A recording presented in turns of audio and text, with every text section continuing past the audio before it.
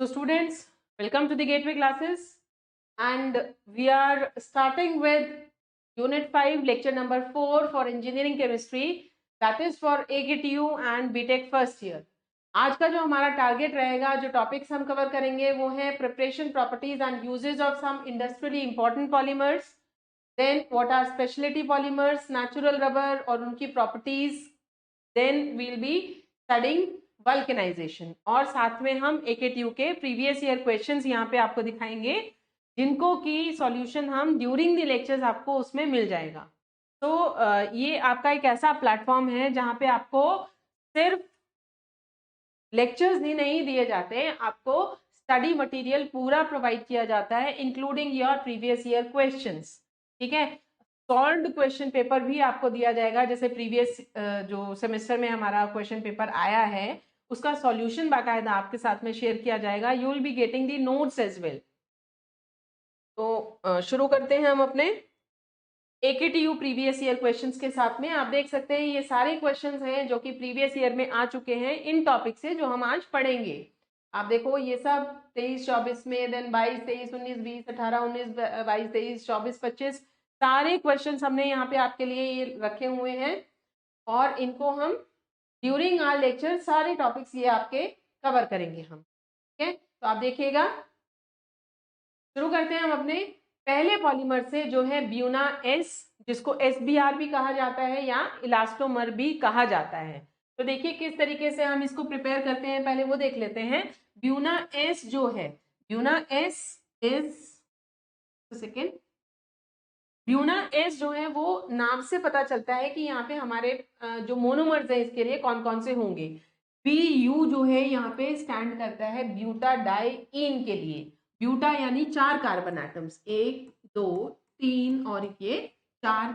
Diene, diene मतलब 2 double bonds, तो वो 2 डबल बॉन्ड्स कहाँ होंगे, वो होंगे इस तरीके से कॉर्नर्स पे। ठीक है, ये हो गया हमारा buta 1,3 diene, this is buta 1,3 diene.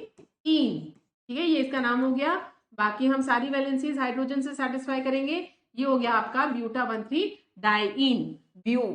और Na ना, ये ना क्यों है यहाँ पे, क्योंकि पहले जब ये बनाया जाता था ब्यूना एस तो यहाँ पे सोडियम की प्रेजेंस में इसको बनाते थे, दैट इज वाई इसको कहते थे Buena S.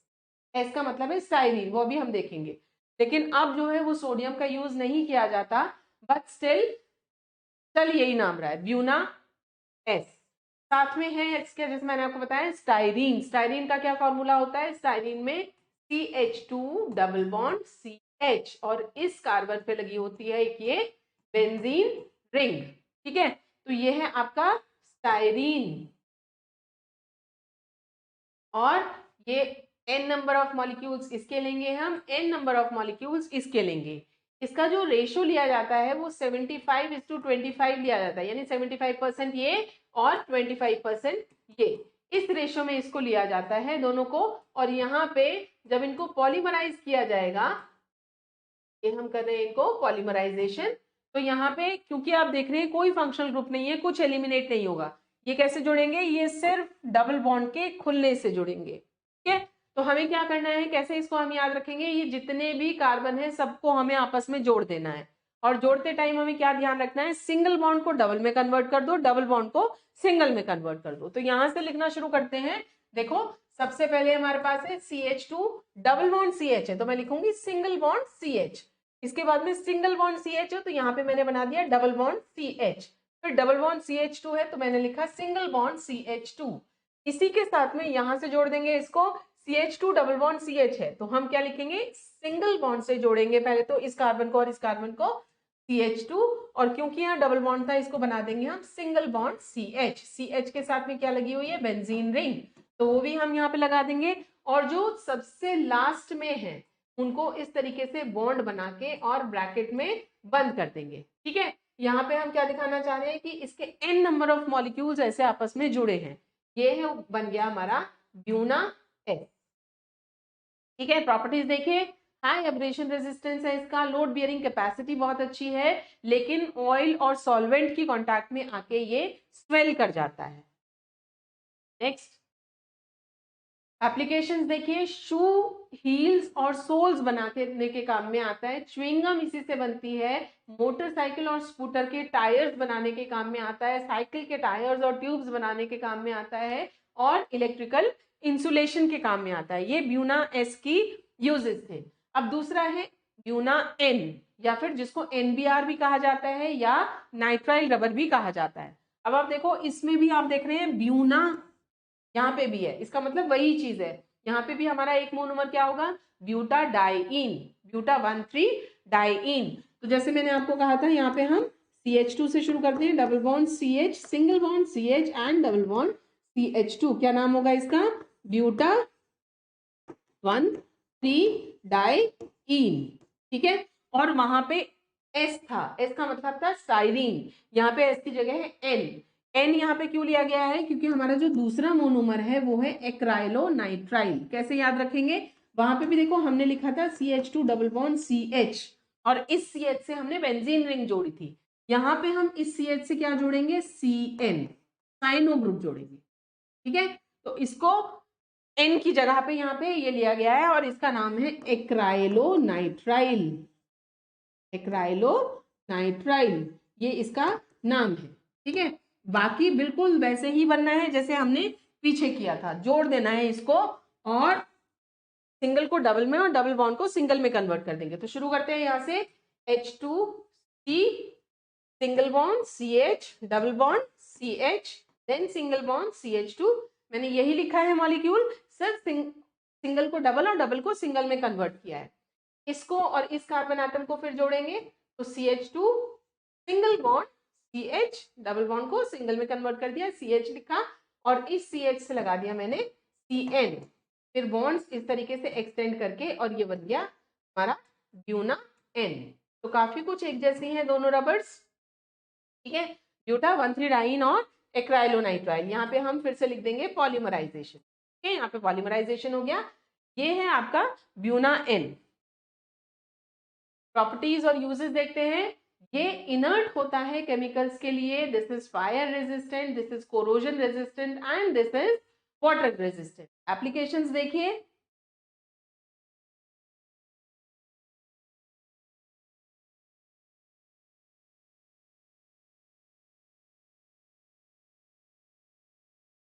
Just a second, ये मुझे इसकी प्रॉपर्टीज,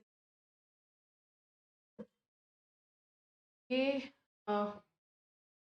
प्रॉपर्टीज और एप्लीकेशंस इसकी नहीं है। I tell you the properties. Properties में देखिए, ये हाईली पोलर होता है। हाईली पोलर क्यों है ये, क्योंकि इसमें आप देख पा रहे हैं, इसमें CN ग्रुप लगा हुआ है। तो ये जो रबर है ये कैसी होती है, this is highly polar and this is oil resistant. तो ये डिफरेंस है ब्यूना N और ब्यूना S में। ब्यूना S में आपने देखा था, ऑयल और सॉल्वेंट की कांटेक्ट में आके वो रबर जो है वो स्वेल हो जाती थी, लेकिन ये कैसी है, ये ऑयल रेजिस्टेंट है। ये रबर हाईली पोलर है, जबकि वहां पे पोलैरिटी नहीं थी। ठीक है, so these two are different. Then if you talk about applications, तो ये एप्लीकेशंस में कन्वेयर बेल्ट्स बनाने के काम में आती है।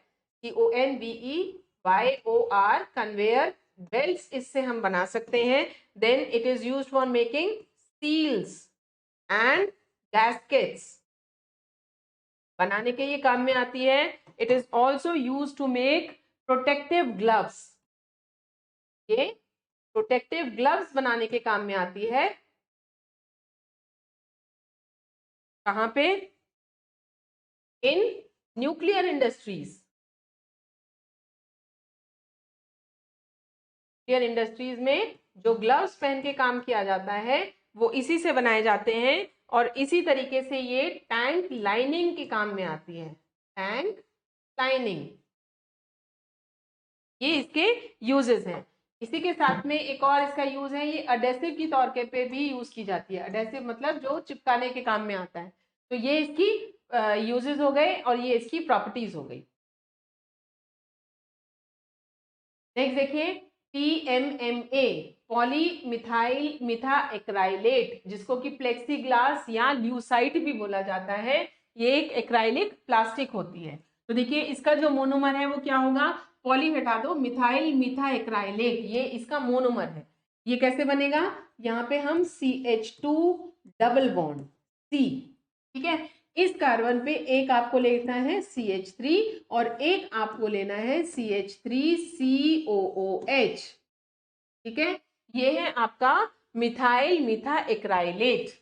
This is known as methyl metha acrylate. अब इसको हमें क्या करना है, वही n नंबर ऑफ मॉलिक्यूल्स हम लेंगे, क्या करेंगे, इसका पॉलीमराइजेशन करेंगे। पॉलीमराइजेशन करने के बाद में क्या करना है, हमें कुछ नहीं करना, हमें सिर्फ वही सिंगल को डबल और डबल को सिंगल में कन्वर्ट कर देना है, बाकी स्ट्रक्चर एज इट इज रहेगा। तो देखो डबल बॉन्ड जो चेन है हमारी वो किससे बनेगी, वो इससे बनेगी। तो यहाँ पे हम लिखेंगे CH2 सिंगल बॉन्ड C, ऊपर क्या है CH3 और नीचे है हमारा CH3COOH, ये ऐसे ही रहेगा। और यहाँ पे हम यहाँ इस तरीके से लगा देंगे N, ये बन गया आपका PMMA, जिसको ल्यूसाइड भी बोला जा रहा है। ठीक है, प्रॉपर्टीज देखिए इसकी क्या है, ये वाइट ट्रांसपेरेंट थर्मोप्लास्टिक होता है, एक्सीलेंट ऑप्टिकल क्लैरिटी है इसकी, और ये सनलाइट से इफेक्ट नहीं होता, टाइम के साथ भी ये खराब नहीं होता, यानी एजिंग इस पे इफेक्ट नहीं डालती।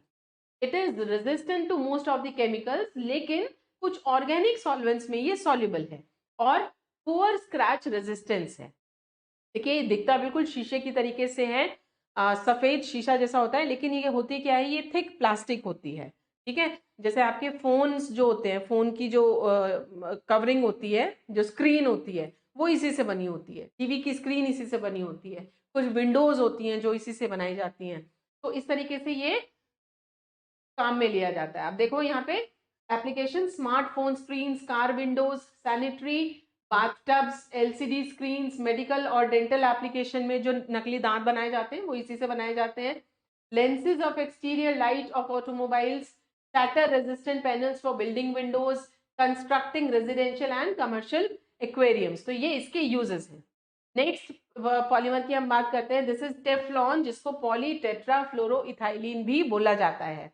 ये देखिए ये किससे बना होता है, ये बना है टेट्राफ्लोरोइथाइलिन से। मोनोमर क्या है इसमें, टेट्राफ्लोरोइथाइलिन।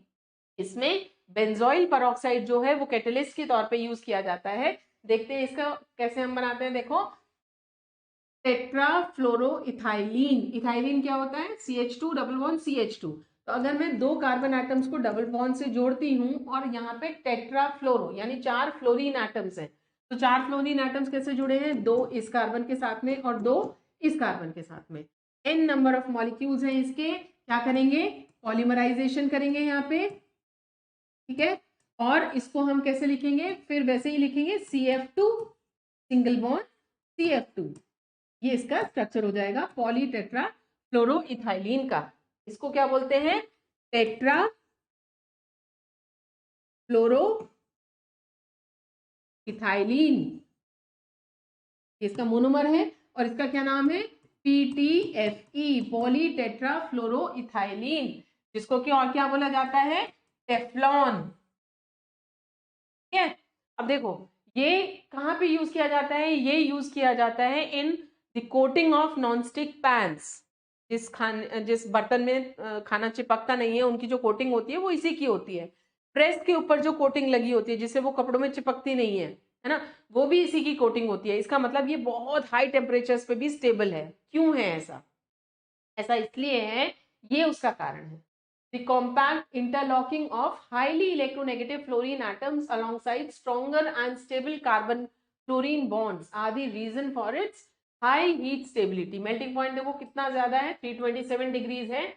तो यहाँ पे बताया जा रहा है कि ये जो कार्बन चेन है इसमें दोनों तरफ फ्लोरीन एटम्स लगे होते हैं और बहुत स्ट्रॉन्ग बॉन्ड है कार्बन और फ्लोरीन का। ठीक है, और बहुत कॉम्पैक्ट इंटरलॉक्ड स्ट्रक्चर है ये, जिसकी वजह से ये हाईली स्टेबल है, बहुत हाई टेम्परेचर पे भी ये स्ट्रक्चर स्टेबल रहता है। ठीक है, ये पूछा गया है एग्जाम में कई बार कि क्यों टेफ्लॉन जो है वो इतना स्टेबल है। ठीक है, तो ये उसका आंसर है। प्रॉपर्टीज देखिए, केमिकल रेजिस्टेंस होता है इसका, सभी केमिकल्स को रेजिस्ट करता है, डेंसिटी बहुत अच्छी है, और हीट रेजिस्टेंस इसका बहुत ज्यादा अच्छा है।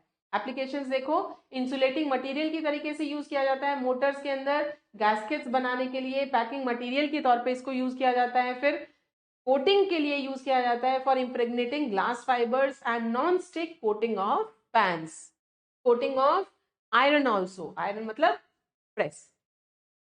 नेक्स्ट है हमारा थायोकोल, जिसको कि पॉलीसल्फाइड पॉलीमर भी बोला गया है और इसको इलास्टोमर की तरीके से यूज किया गया है। ठीक है, तो देखते हैं इसका स्ट्रक्चर थायोकोल का कैसे होता है।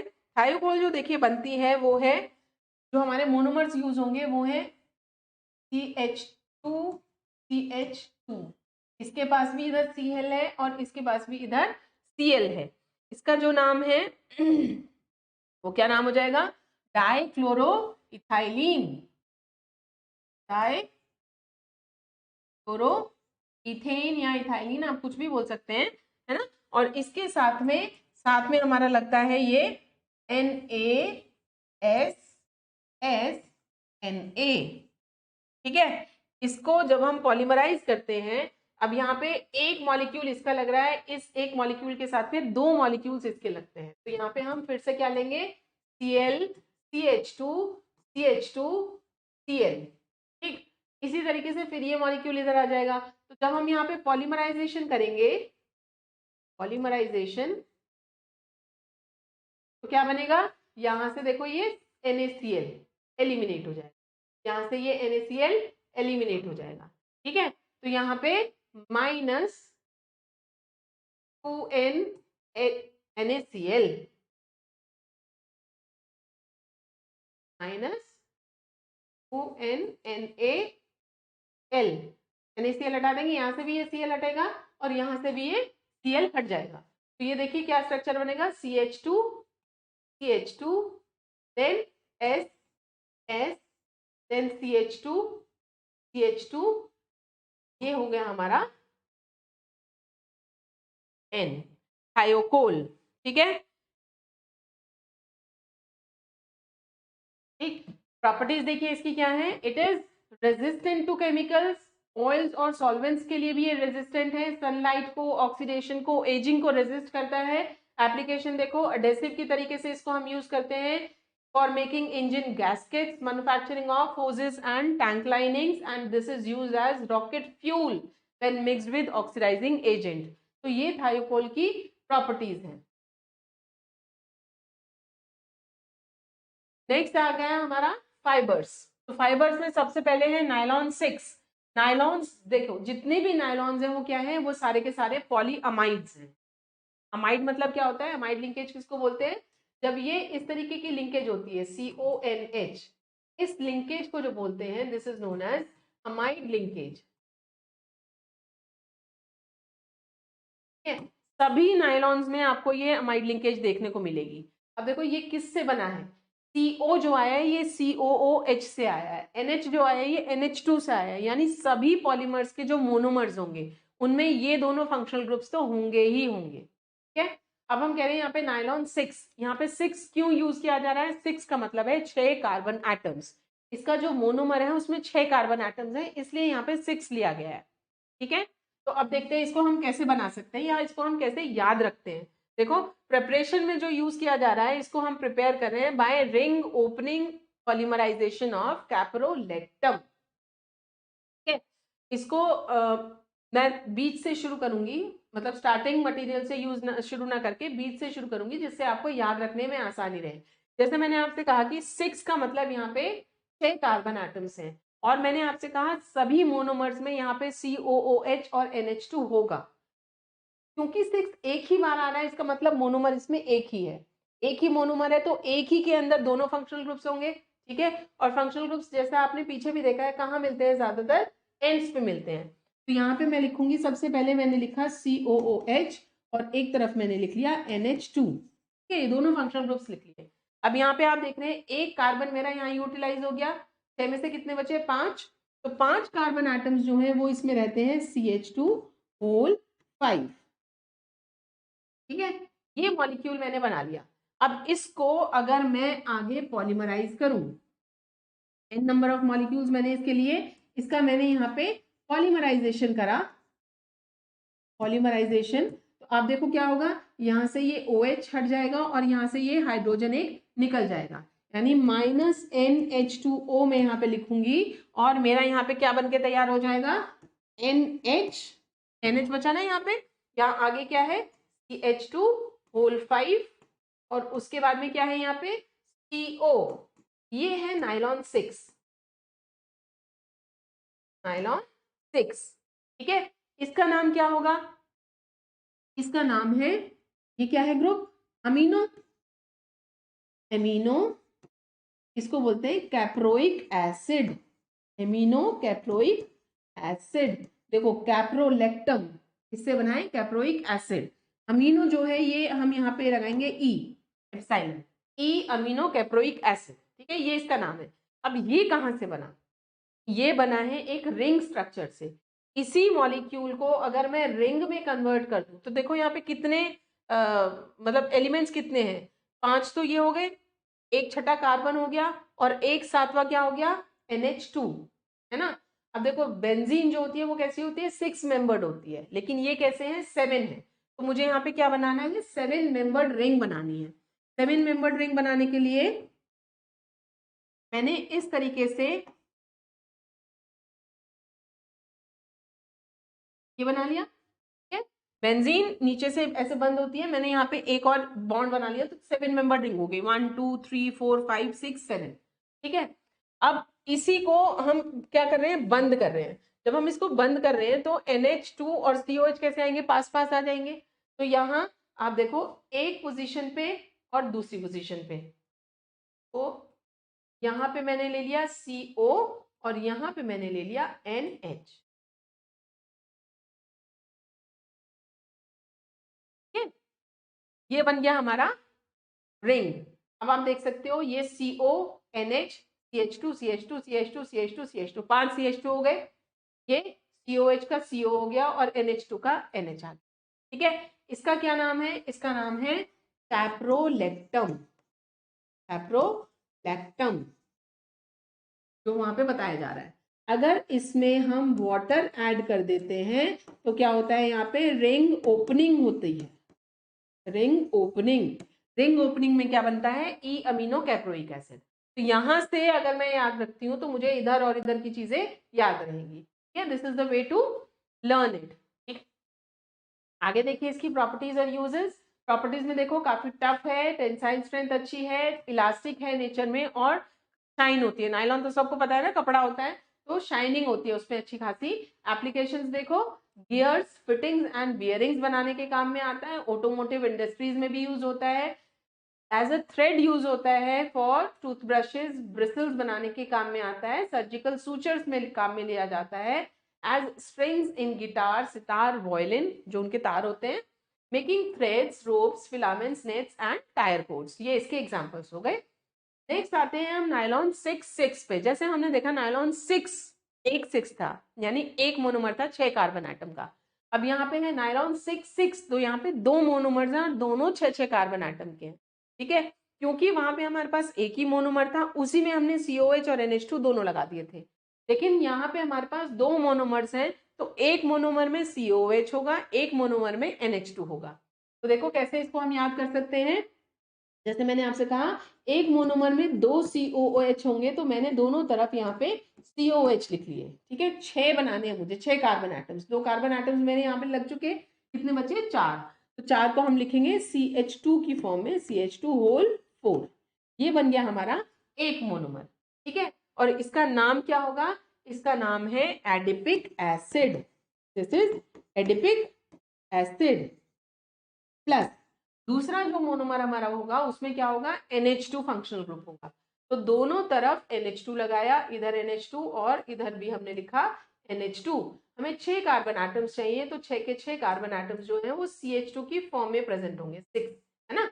ये हो गया, इसका नाम क्या है, इसका नाम होगा डाई अमीनो हेक्सेनोइक, सॉरी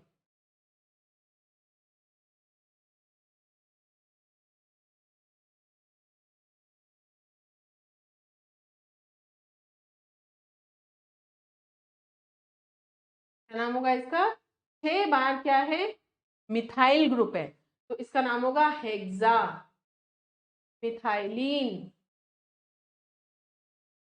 और 2 बार क्या है, अमीन, तो हेक्सामिथाइलिन डाई अमीन, ये इसका नाम होगा, ठीक है। इसके भी हमने n नंबर ऑफ मॉलिक्यूल्स लिए, इसके भी n नंबर ऑफ मॉलिक्यूल्स लिए। इसमें से क्या होगा, OH ग्रुप हटेगा, इधर से भी OH हटेगा, इधर से हाइड्रोजन और इधर से भी हाइड्रोजन, यानी कि वाटर मॉलिक्यूल्स इसमें एलिमिनेट होंगे। तो -2NH2O क्या हो रहा है, यहाँ पे पॉलीमराइजेशन हो रहा है। क्या करना है अब हमें, अब हमें कुछ नहीं करना है, इन्हें जोड़ के लिखना है। O से शुरू करेंगे, यहाँ पे OH हट चुका है, O, फिर क्या है C, देन CH2 होल 4, फिर क्या है CO, देन NH, फिर CH2 whole 6 and then again NH। ठीक है, ये हो गया हमारा इस तरीके से नायलॉन 6,6। तो पॉली कंडेंसेशन हो रहा है यहाँ पे एडिपिक एसिड का और हेक्सामिथाइलिन डायअमीन का। प्रॉपर्टीज देखिए, लाइट वेट है, वाटर रेजिस्टेंट है, मेल्टिंग पॉइंट काफी ज्यादा हाई है। एप्लीकेशंस, स्विम सूट्स बनाने के काम में आता है, स्लीपिंग बैग्स बनाने के काम में आता है। It is used to make machine parts, seat belts, it is used to make airbags, socks, carpets, ropes, etc. and it is also used in making parachutes.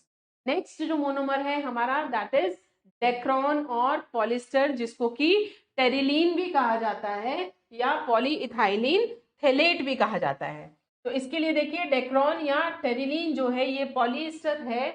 Polyester मतलब जिसमें एस्टर लिंकेज है ना, पॉलीएस्टर यानी बहुत सारी ester linkages हैं। और ये कोपॉलीमर है। कैसे बना है ये, कंडेंसेशन पॉलीमराइजेशन से बना है। और इसके जो मोनोमर्स हैं वो क्या है, देखिए यहाँ पे हमने लेंगे एक बेंजीन रिंग लेंगे और इसको हम हॉरिजॉन्टल ना बना के, इसको हम वर्टिकल ना बना के, सॉरी हॉरिजॉन्टल बना रहे हैं।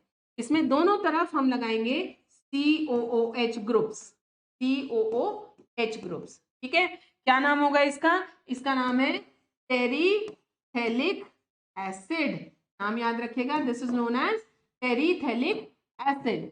दूसरा जो मोनोमर है वो हमारा क्या होगा, उसमें हम CH2 और दोनों तरफ हम लेंगे OH, का नाम है इथाइलिन ग्लाइकोल। ठीक है, this is known as ethylene glycol. अब क्या करना है, again we are taking n number of molecules of both. OH हटाना है यहाँ से H हटाना है, यहाँ से OH हटाना है, यहाँ से H हटाना है। तो अब आपको समझ में आ गया होगा, जहां जहां COH होते हैं वहां से OH हटता है। अगर कहीं पे OH है तो वहां से हाइड्रोजन जाता है, NH2 है तो हाइड्रोजन जाता है। इसी तरीके से चलते हैं। फिर से इसका क्या करेंगे हम, यहाँ पे पॉलीमराइजेशन करेंगे। This is polymerisation -2n water molecules eliminate होंगे और बस अब इनको क्या करना है, जोड़ना है। तो यहाँ पे हमारा दिस इज OC जैसे है, देखो बिल्कुल वैसे ही हम जोड़ते चले जाएंगे। यहाँ पे फिर बेंजीन रिंग लगाई। ठीक है, यहाँ पे क्या है, O है, यहाँ पे O, then H2 and O। तो ये हो गया हमारा यहाँ पे ब्रैकेट 1 and N। तो ये बन गया आपका डेक्रॉन या जिसको पॉलिस्टर भी कहा जाता है। फाइबर है ये भी। प्रॉपर्टीज में देखो, क्रीज रेजिस्टेंट है, वेटलेस है, highly resistant to mineral and organic acids, water resistant है और इसका मेल्टिंग पॉइंट बहुत हाई है। Applications ropes, nets, thread, raincoat, fleece jacket, quills, clothing, medical textiles, ये सब में काम में आता है। नेक्स्ट मोनोमर है हमारा केवलार। केवलार जो है, केवलार भी एक तरीके से थ्रेड ही है और पॉलीअमाइड लिंकेज इसमें देखी जाती है। It is prepared by condensation polymerization of paraphenylene diamine and terephthaloyl chloride. ये इसके मोनोमर्स हैं। देखो इसमें मोनोमर्स जो है वो कैसे लेंगे हम, यहाँ पे हमने लिया अगेन बेंजीन रिंग, जैसे पहले ली थी बिल्कुल वैसे ही। टेरीथेलॉइल क्लोराइड जो है वो कैसे करेंगे, ये लेके दोनों तरफ हमें क्या जोड़ना है, COCl। COCl इसका नाम क्या है, this is known as terephthaloyl chloride. ठीक है, n नंबर ऑफ मॉलिक्यूल्स लेंगे इसके साथ में हमें क्या लिखना है, पैराफिनाइलिन डायअमीन। पैराफिनाइलिन डायअमीन कैसे होगा, फिर से बेंजीन रिंग लेंगे उसी तरीके से। ठीक है, और दोनों तरफ क्या लगाएंगे, अमीन ग्रुप लगाएंगे, एमिनो ग्रुप। तो ये हो गया हमारा पैराफिनाइलिन डायअमीन।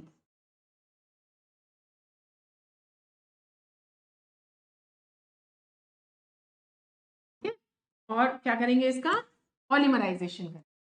पॉलीमराइजेशन करने के लिए फिर से क्या करना है, नाउ यू नो दैट यहाँ से हाइड्रोजन जाएगा, यहाँ से Cl, वहां से भी Cl हटाएंगे और यहाँ से हाइड्रोजन हटाएंगे, तो जोड़ेंगे इन सबको, वहां पे क्या बचेगा, देखो Cl हट के CO, फिर क्या है, बेंजीन रिंग है एक, अगेन CO, यही बचेगा, यहाँ पे देखो NH, ठीक है, देन बेंजीन रिंग, और फिर से क्या है हमारा NH, ठीक है, तो ये बन गया हमारा केवलार,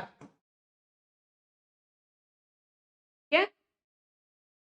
प्रॉपर्टीज और यूजेस देखिए, केवलार बहुत ही स्ट्रॉन्ग मटेरियल होता है, करीब करीब स्टील से 5 गुना ज्यादा मजबूत है, हाई टेंसाइल स्ट्रेंथ होती है इसकी, और वजन में ये काफी हल्का होता है, केमिकल इनर्टनेस बहुत अच्छी है, कट रेजिस्टेंट है, फ्रैक्चर रेजिस्टेंस है, और फ्लेम रेजिस्टेंस है। तो यहीं से देखो आपको यूजेस मिल जाएंगे इसके, फ्लेम रेजिस्टेंस है तो फायर प्रूफ फैब्रिक बनाने के काम में आता है, फ्रैक्चर रेजिस्टेंट है, कट रेजिस्टेंट है, केमिकल रेजिस्टेंट है, बुलेट प्रूफ जैकेट्स बनाने के काम में आता है, बैलिस्टिक जो फेस मास्क होते हैं, हेलमेट्स होते हैं, उनको बनाने के काम में आता है ना। तो देखो components of personal armour such as combat helmets, ballistic face mask, ballistic vest जो बुलेट प्रूफ होते हैं, है ना। Inner lining of bicycle tyre to prevent punctures, heat या फ्लेम रेजिस्टेंट फैब्रिक्स बनाने के काम में आता है, बुलेट प्रूफ क्लोथिंग, मोटरसाइकिल की सेफ्टी क्लोथिंग बनाने में इसको काम में लिया जाता है। नेक्स्ट है हमारा बैकेलाइट, जिसको कि फिनोल फॉर्मल्डिहाइड रेजिन भी कहा जाता है। अब देखो ये एक थर्मोसेटिंग पॉलीमर होता है, और this is the first plastic that was made from synthetic components. कैसे प्रिपेयर करते हैं इसको, इसको फिनोल और फॉर्मल्डिहाइड की कंडेंसिंग से बनाया जाता है, ये मोनोमर्स हैं जिनसे बनाया जाता है in the presence of acidic या एल्कलाइन कैटलिस्ट। इनिशियल रिएक्शन जो है उसमें क्या बनता है, उसमें ortho and para hydroxy methyl phenol बनता है, जो कि आगे रिएक्ट करता है लीनियर पॉलीमर बनाने के लिए, जिसका नाम है नोवोलैक। शुरू में जब हम इन दोनों की रिएक्शन कराते हैं तो बनता है ortho and para hydroxy methyl phenol, और ये आगे कन्वर्ट होता है लीनियर पॉलीमर में, जिसका नाम है नोवोलैक, ठीक है। अब during moulding hexamethylene tetraamine is added which converts it to solid insoluble crosslink structure known as bakelite. आगे जब हम इसको मोल्ड कर रहे होते हैं तो उसमें मिलाया जाता है हेक्सामिथाइलिन टेट्रामीन, जिसकी वजह से ये आगे कन्वर्ट हो जाता है इनटू बैकेलाइट। देखिए ये इसकी रिएक्शंस हैं, तो जैसा वहां पे बताया गया था कि सबसे पहले हम शुरुआत करते हैं यहाँ पे फिनोल से, ये है फिनोल, और ये जो है ये है फॉर्मल्डिहाइड, HCHO को कहते हैं फॉर्मल्डिहाइड। तो यहाँ पे देखो आप क्या बन रहा है, मोनोमिथाइलॉल फिनोल एंड डाइमिथाइलॉल फिनोल, CH2OH यहाँ पे ऑर्थो पोजीशन पे लग रहा है एक बार, और आगे जब हम फिर से इसका फॉर्मल्डिहाइड से रिएक्शन कर रहे हैं, है ना, तो क्या कर रहे हैं यहाँ पे पैरा पोजीशन पे भी हमारा CH2OH आ गया, तो यह है मोनोमिथाइलॉल फिनोल, और ये हो जाएगा हमारा डाइमिथाइलॉल फिनोल, राइट। फिर से हमने फॉर्मल्डिहाइड से रिएक्शन कराई, तो ये तीनों पोजीशंस पे, both the ortho positions and para position, तो इस तरीके से हम इसका सब्स्टिट्यूशन करते चले जा रहे हैं, ठीक है। We are reacting phenol with formaldehyde, then again formaldehyde को मिला मिला के हमने यहाँ पे ये प्रोडक्ट बना लिया, ठीक है। अगर हम ऑर्थो हाइड्रोक्सी मिथाइलॉल फिनोल को लें, ऑर्थो हाइड्रोक्सी मिथाइलॉल फिनोल या मोनोमिथाइलॉल फिनोल जिसको हम बोल रहे थे, उसको लेते हैं और उसको हम पॉलीमराइज करते हैं, तो क्या होगा, इसमें वाटर मॉलिक्यूल्स एलिमिनेट होते हैं, देखो यहाँ से OH हट जाएगा, ठीक है। तो इस तरीके से यहाँ पे वाटर मॉलिक्यूल्स का एलिमिनेशन होके यही molecules n number of times हम जोड़ देंगे, तो हर जगह देखो CH2 से ये आपस में लिंक हो गए, इसका नाम है नोवोलैक। जो हमने देखा था स्ट्रेट लीनियर पॉलीमर बनता है, ये नोवोलैक, ठीक है। अब लेकिन अगर हम इसको लेते हैं ऑर्थो और पैरा दोनों को मिक्स करते हैं, यहाँ पे हमने सिर्फ ऑर्थो मिथाइलॉल फिनोल लिया है ना, मोनोमिथाइलॉल फिनोल लिया है, वो भी ऑर्थो डेरिवेटिव, और इसका पॉलीमराइजेशन किया है तो नोवोलैक बना है। लेकिन अगर हम एक बार लेते हैं ऑर्थो मोनोमिथाइलॉल फिनोल और दूसरा लेते हैं पैरा मोनोमिथाइलॉल फिनोल, दोनों को लिया है, ऑर्थो एंड पैरा डेरिवेटिव्स, इन दोनों को जब हम पॉलीमराइज करेंगे तो क्या होगा, ये चेन्स यहां से भी लिंक होंगी और यहाँ नीचे से भी लिंकेज होगी। आप देखिए अगर मैं इसको हटा दूं तो ऊपर वाला स्ट्रक्चर बिल्कुल नोवोलैक है, तो ये पूरा नोवोलैक है, है ना। और इसी तरीके से अगर मैं इसको हटा दूं, आप देखो ये वाला जो नीचे वाला जो स्ट्रक्चर है ये भी नोवोलैक है, और ये आपस में जुड़े हुए किससे हैं, CH2 से। ठीक है, कैसे याद रखोगे इसका स्ट्रक्चर, अगर मैं इसको हाइड कर देती हूँ, नीचे से पूरा ये हाइड कर देती हूँ, तो आप देखो ये ऊपर वाला स्ट्रक्चर है बिल्कुल नोवोलैक बना हुआ है ना। इसी तरीके से अगर मैं यहाँ पे इसको ऊपर वाले को सबको हाइड कर दूं, तो ये भी वही स्ट्रक्चर है, जो ऊपर वाला स्ट्रक्चर है वही है, सिर्फ ये कैसा है, ये ऐसे सीधा है और ये यहाँ पे आके उल्टा हो गया है, OH नीचे लगे हुए हैं इसमें। तो अगर मैं ऐसे पलट दूं तो ये स्ट्रक्चर बन जाएगा, है ना। अब आप देखो ये दोनों जो स्ट्रक्चर्स हैं, दोनों नोवोलैक चेन्स अगर मैं कहूँ, तो ये दोनों आपस में जुड़ी हुई हैं CH2 से। ठीक है, इसको कहते हैं हम क्रॉस लिंक्ड बैकेलाइट। तो ये स्ट्रक्चर जो है ये बच्चे कई बार नहीं बना पाते, उन्हें बड़ा मुश्किल लगता है, लेकिन ये काफी आसान है। आपको सिर्फ नोवोलैक का स्ट्रक्चर याद रखना है। एक चेन बिल्कुल ऐसी बनाएंगे, दूसरी चेन इसी की ऐसे करके, मतलब इसको रिवर्स करके बना देंगे और दोनों को आपस में CH2 से लिंक कर देंगे, बेंजीन रिंग्स को। तो दिस इज इजी। प्रॉपर्टीज देखिए, it can be moulded very quickly, decreasing production time, then resistant to non-oxidizing acids, salts and organic solvents, it is resistant to electricity, heat resistant है, scratch resistant है, water resistant है, and have luster। Bakelite सबसे ज्यादा कहाँ देखने को मिलता है, स्विचेस में, जो स्विच होते हैं हमारे ऑन ऑफ करते हैं, जैसे बल्ब या पंखा वंखा, वो बैकेलाइट से बना होता है। एप्लीकेशंस देखिए, it is used for making electrical insulator parts like switches, for making moulded articles like telephone parts, cabinet, radio and television, adhesive की तरह से यूज किया जाता है, पेंट्स और वार्निशेस में भी इसको यूज किया जाता है, बियरिंग्स बनाने के काम में आता है, it is used for impregnating fabrics, wood and paper. So these are the uses of bakelite. Next देखते हैं स्पेशलिटी पॉलीमर्स क्या होते हैं। तो स्पेशलिटी पॉलीमर्स कुछ ऐसे पॉलीमर्स हैं, this is a class of some high performance polymers, बहुत बढ़िया परफॉर्मेंस देते हैं, उनकी एक क्लास को हम स्पेशलिटी पॉलीमर्स कह देते हैं, या HPP जो पॉलीमर्स होते हैं उनको हम स्पेशलिटी पॉलीमर्स कहते हैं। इसमें क्या क्या आता है, इसमें plastics, polymers, fluids, membrane, smart hydrogels, elastomers, इन सब को इंक्लूड किया गया है। मतलब जितने भी पॉलीमर्स अभी तक हमने पीछे पढ़े हैं वो सब के सब स्पेशलिटी पॉलीमर्स हैं। These are designed to meet the critical requirements that engineers face every day in key industries, including plastics, automobiles, aeronautics, smart devices, healthcare, pharmacy, energy production and storage. Speciality polymers जो हैं वो primarily कैसे होते हैं, water soluble होते हैं, और उनमें फंक्शनल ग्रुप्स लगे होते हैं जो कि उनकी बैकबोन से अटैच्ड होते हैं। ठीक है, प्रॉपर्टीज देखिए स्पेशलिटी पॉलीमर्स की क्या होते हैं, ये काफी अच्छे रेजिस्टेंस दिखाते हैं, हीट के लिए भी बहुत वाइड रेंज ऑफ टेम्परेचर पे काम कर सकते हैं हम इनके साथ में। केमिकली ये इनर्ट होते हैं, एक्सीलेंट स्ट्रेंथ और टफनेस रखते हैं, मॉडरेट कोएफिशिएंट ऑफ फ्रिक्शन है, फैटीग एंड वियर रेजिस्टेंस है, तब जल्दी से ये खराब नहीं होते, कोरोजन, एब्रेशन और वेदरिंग से रेजिस्टेंट है, वाटर और स्टेन को रिपेल करते हैं, इलेक्ट्रिकल इनर्टनेस है, फायर सेफ्टी बाय, मतलब जितनी भी अच्छी प्रॉपर्टीज हैं वो सारी प्रॉपर्टीज इसमें हम दिखा रहे हैं कि ये जो स्मार्ट पॉलीमर्स हैं हमारे, ये सब की स्पेशलिटी पॉलीमर्स जो है उनमें ये सारी अच्छी अच्छी सी प्रॉपर्टीज हैं। बेसिकली जितने भी पॉलीमर्स हमने यहाँ पे देखे हैं इंडस्ट्रियली इंपॉर्टेंट पॉलीमर्स, उन सबको हम स्पेशलिटी पॉलीमर्स में डाल सकते हैं। Next is natural rubber. Natural rubber देखिए क्या होती है, natural rubber is a rubber that is a natural polymer and possesses elastic properties। ठीक है, ये मैन्युफैक्चर कैसे की जाती है, ये रबर प्लांट होता है, उसकी latex, rubber latex which is a colloidal dispersion of rubber in water, rubber plant होता है, उससे लेटेक्स को कलेक्ट किया जाता है और उससे इसको बनाया जाता है, इसको वाटर में डिस्पर्स करके। This latex is obtained from the bark of rubber tree. ठीक है, नेचुरल रबर जो है उसको हम लीनियर पॉलीमर बोलते हैं और उसका नाम जो है वो है isoprene, that is 2-methyl-1,3-butadiene, 2-methyl-1,3-butadiene। 1,3-butadiene तो तुम लोग समझते हो ना, 4 कार्बन एटम्स हैं, दोनों एंड पे हमारे डबल बॉन्ड्स हैं, 1,3-butadiene हो गया, और अब यहाँ कह रहे सॉरी 2-मिथाइल, तो सेकेंड पोजीशन पे हम मिथाइल ग्रुप लगा देंगे, जो दूसरा कार्बन है चाहे इधर से ले लीजिए चाहे इधर से, हम लगाएंगे एक CH3 ग्रुप, तो इसका नाम है 2-methyl-butadiene और कॉमन नेम इसका क्या है, आइसोप्रीन।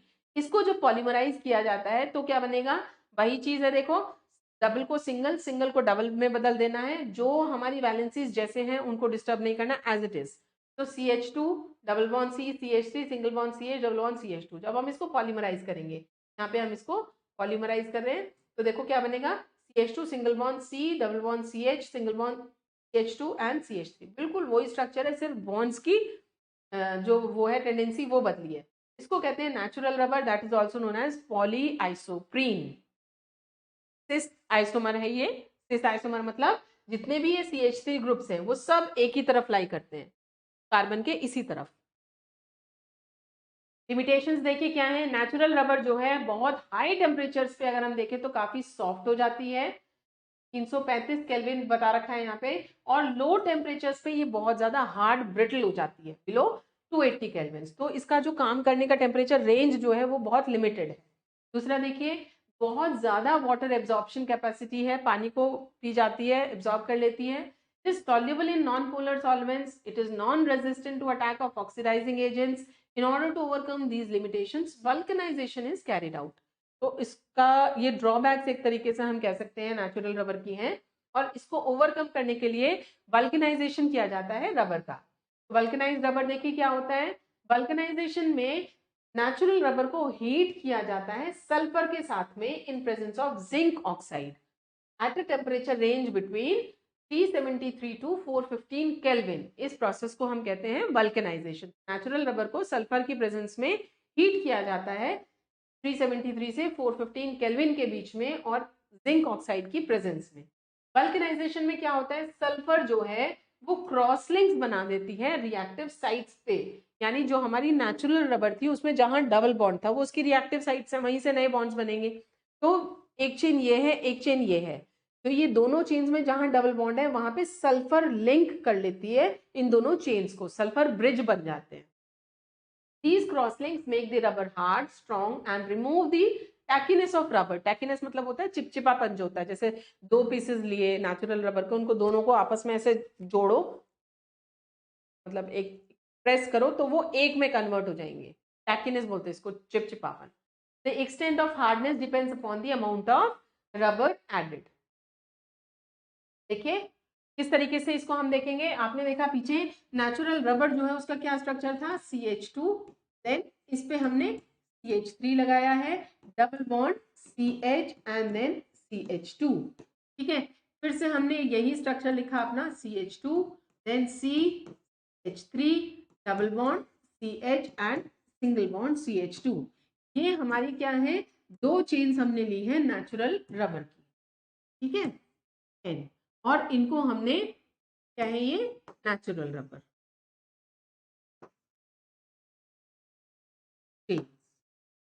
या पॉलीमर, ठीक। इसको हमने क्या किया, इसको हमने हीट किया सल्फर की प्रेजेंस में 373 केल्विन से, क्या था हमारा टेम्परेचर, 373 केल्विन से 415 केल्विन के बीच में, 415 केल्विन के बीच में, और यहाँ पे हमने जिंक ऑक्साइड की प्रेजेंस में इसको हीट किया। अब देखो क्या है, ये जो दोनों कार्बन एटम्स है, ये वाले कार्बन एटम्स, इनके बीच में आप देख रहे हो डबल बॉन्ड है। अगर मैं यहाँ से डबल बॉन्ड हटा दूं, यहाँ से डबल बॉन्ड हटा दूं, तो इन दोनों कार्बन का और इन दोनों कार्बन की एक एक वैलेंसी फ्री हो जाएगी। तो हमें क्या करना है, इनको सल्फर से जोड़ना है। अब आप देखो कैसे करेंगे, वही स्ट्रक्चर लिखना है बिल्कुल, CH2 CH3, अब डबल को सिंगल बॉन्ड में कर दिया मैंने, CH एंड CH2, ठीक है। यहाँ पे फिर से वही लिखा, CH2 single bond CH3 single bond CH2। अब ये कार्बन एटम और ये कार्बन एटम को सल्फर के साथ में जोड़ देना है, इस कार्बन एटम को और इस कार्बन एटम को सल्फर के साथ में जोड़ देना है। ये बन गया हमारा वल्केनाइज्ड रबर, वल्केनाइज्ड रबर। अब जितनी भी ड्रॉबैक्स हैं नेचुरल रबर की वो सब ओवरकम हो जाएंगी, सब प्रॉपर्टीज एनहांस हो जाएंगी। मेरिट्स देखो, vulcanisation increases tensile strength, elasticity and extensibility. ये जो है लो वाटर एब्जॉर्प्टिविटी टेंडेंसी होती है इसकी, high resistance to oxidation, abrasion and wear and tear. Vulcanized rubber is a better electrical insulator. It increases resistance to organic solvents, fats and oils. It makes rubber less sensitive to temperature changes. यहाँ पे हम extremely low temperature से extremely high temperature तक इसको use कर सकते हैं, यानी वाइड टेम्परेचर रेंज पे इसकी यूज किया जा सकता है। इट डज नॉट हैव टेकिनेस, टेकिनेस भी इसकी खत्म हो जाती है। तो सारी प्रॉपर्टीज देखो नेचुरल रबर की यहाँ पे इम्प्रूव हो गई। तो this completes your lecture number 4 and we are hardly left with 1 lecture to complete this unit. इसके साथ ही आपका पूरा सिलेबस जो है वो खत्म हो जाएगा। आप साथ साथ पढ़ते रहिएगा। ये रिएक्शंस जो हैं अगर आप बार बार लिख के देखते रहेंगे तो बहुत जल्दी याद रहेंगी, और अदरवाइज अगर आप सोचेंगे कि एग्जाम से एक दिन पहले बैठ के ये सारी रिएक्शंस आपको याद हो जाएं तो आप एग्जाम में बैठ के सब मिक्स हो जाएगा, है ना। प्रिपरेशन मैं बेसिकली बात कर रही हूँ पॉलीमर्स की। आप डेली इनकी थोड़ी थोड़ी प्रैक्टिस करेंगे।